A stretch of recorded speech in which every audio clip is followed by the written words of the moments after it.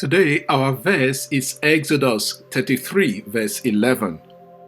Thus the Lord used to speak to Moses face to face as a man speaks to his friend.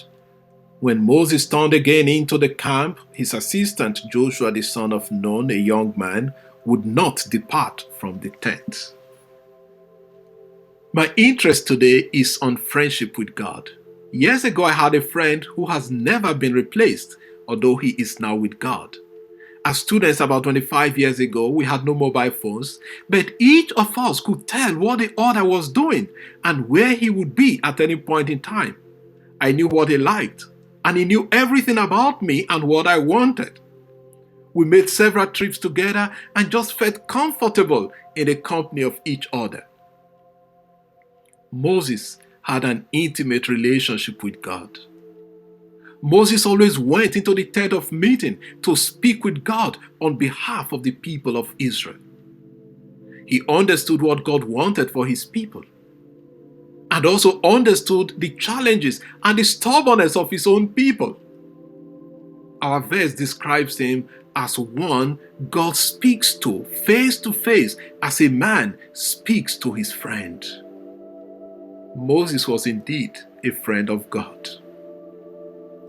What does it mean to say God speaks to Moses face to face? It implies a certain kind of intimate conversation. That is what friends do. When friends converse, they talk about everything. They hide nothing from each other.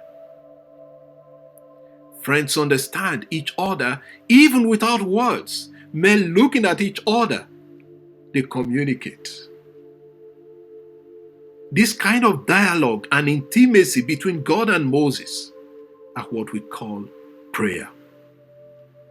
St. Teresa of Avila defines prayer as an intimate sharing between friends, taking time to be with Him, who we know loves us. And Moses typifies this kind of description. Moses spent time with God on many occasions, sometimes 40 days and 40 nights on the mountain. Intimacy does not just happen in friendship, it is built. To have this intimate relationship with God, Teresa lays out specific prerequisites, which we also find in the life of Moses. They are humility, self-knowledge, and love of neighbor. Teresa says, without these elements, we cannot even claim to have begun prayer. The Bible describes Moses as the humblest man on the face of the earth. Numbers chapter 12, verse 3. Humility, according to Teresa, is walking in the truth. Love of God is lived out in our love for neighbors.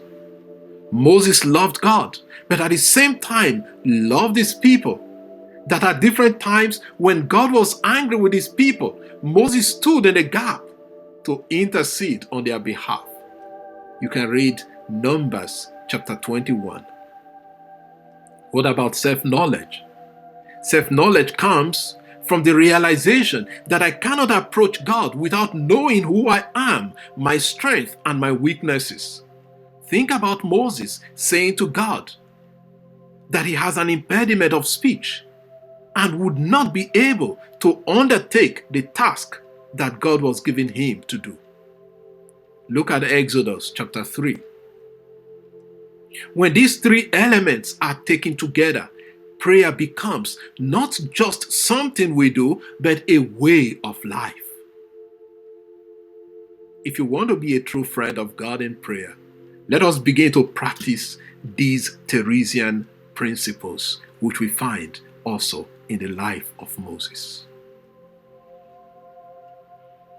Lord, give me proper knowledge of myself, humility to know my limitations, and genuine love for you and my fellow human beings. Amen. God bless you, and I wish you a lovely day.